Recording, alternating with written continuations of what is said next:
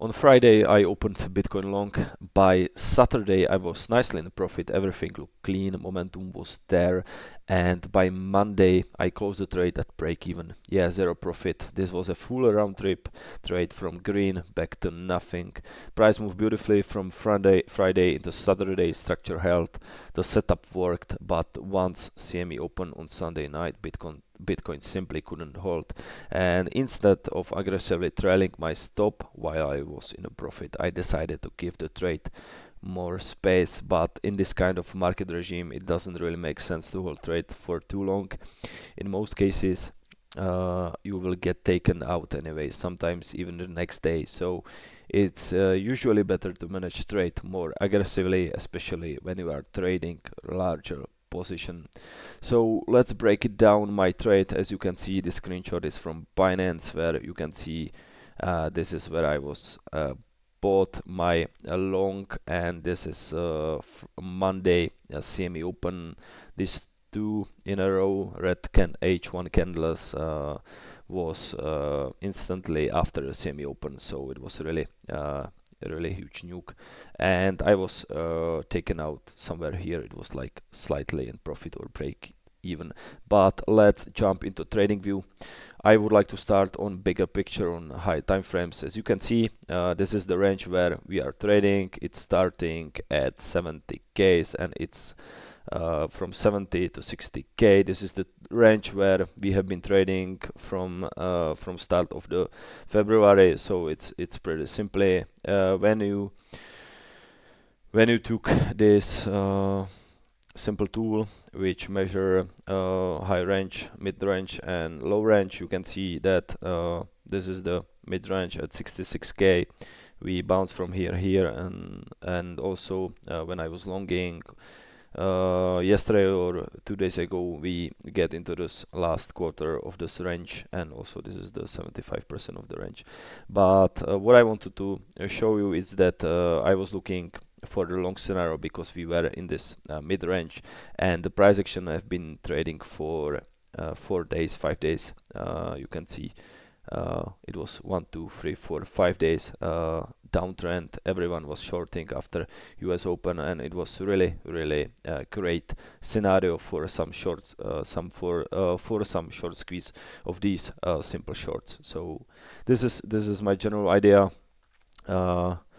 As I will put here this space, you can see that yeah, this is the day. You can see this is the mid range also. So this is the daily. When I zoom in, I will show you my exactly how I was entered the trade. So as I said, this was the mid range, and once we took this low, you can see this low, and also once we break the market structure, you can see this high make this lower low, and we break the market structure here. Then price moved higher and we retrace. In this case, it was before the US Open into this base, and yeah, this was the exact the moment where I was stepped into my long.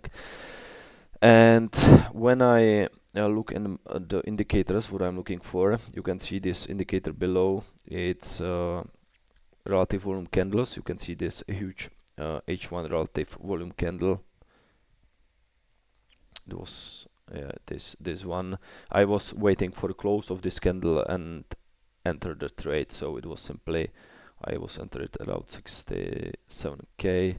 Stop below this low because I wanted to get trade more space, and I was targeting this key swing highs. So at least some squeeze because a lot of shorts. It's simply putting stops above this key swing high. So lots of liquidity is resting or getting above these levels. But as I said, this was my entered the trade into the US Open session.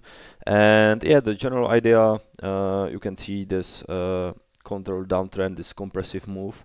It's really 5 days in a row, this channel, downtrend channel. And once we took this key swing low and break the market structure, it was a great idea to looking for longs into this structure. Here, this price action was really messy. You can see this H1 wicks and whatever type of shenanigans, but it is what it is, and I was targeting this swing high. Also, besides this relative volume candles, I'm watching this momentum indicator. It's really great to pair with the relative volume candles and the simple price action levels. And you can see at the stage where I was stepping, it was here, you can see that the price was exactly testing this moving average, and this type of indicator is showing you also when it's losing momentum or when it's great to looking for long momentum. So it get me a signal here, and I was like, okay, this is great scenario. Also, lots of shorts was again trying to push market lower because as I said before, 5 days in a row it was simple print every day, just put or click on red button, but it was really for me confident setup, like 10 of 10 for me, just basically on price action momentum and relative volumes and this general context. So yeah, the rest is the rest is history. I was in 1 hour profit 1%, you can see maybe even above, but I wasn't trailing the spot stop aggressively as I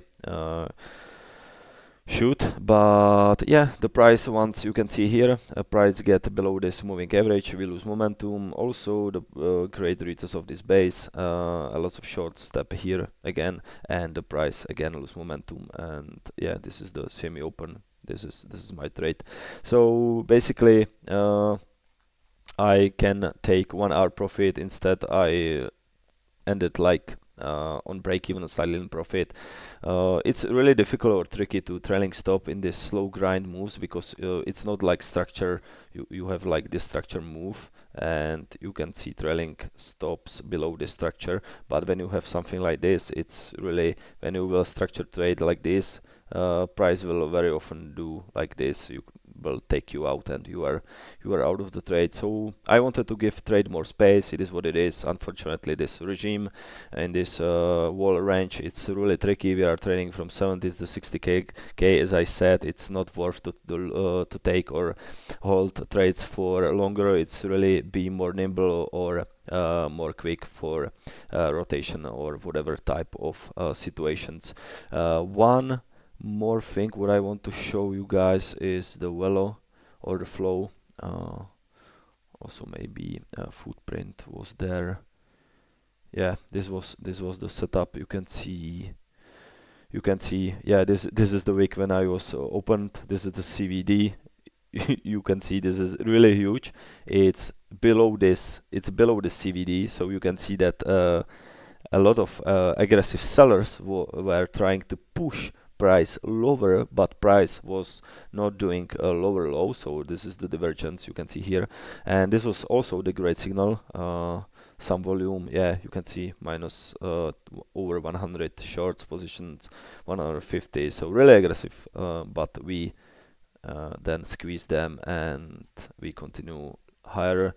Some limit selling from perps left here, we hit one here, but just shallow pullback, then again push, and yeah, the rest is just as I said, the history. It's unfortunately I left the profit, and I didn't be more aggressive at this stage. But the velo is loading, so the last thing I wanted to show you was spot CVD. At this stage it was really obvious. Yeah, this is the stage. I will. Yeah, you can yeah, this is it. This is the low. This is the break the market structure. This is the retest of the base, and you can see that the open interest was kind of flat. it's tricky because when you zoom in or zoom out, it's adjust by bar chart. So when you are on a 5 minute chart, it's more valuable, but on this bigger time frames, kind of bigger time frame, it's not the best indicator anywhere. But you can see this big CVD. It was dump in CVD because Garrett Bullish was selling few hundred BTC, so it hit the tape. And yeah, it was also really great indicator, because when you have such a big whale what is selling into the tape, bunch of BTCs, and prices just not doing new lows and is slowly drafting higher, it's really the best, one of the best indicators nowadays, when you have this type of information and prices doing completely different stuff. So yeah, this is it for this video. It's a simple price action with some context. I think so nowadays it's a really tough market for everyone to trade this BTC or whatever you are trading, and I hope you guys are doing well. If you will have any questions, just let me know in the comment section. You can also join our free Discord, and we are the more activities is on our Twitter page. So see ya later. Bye bye.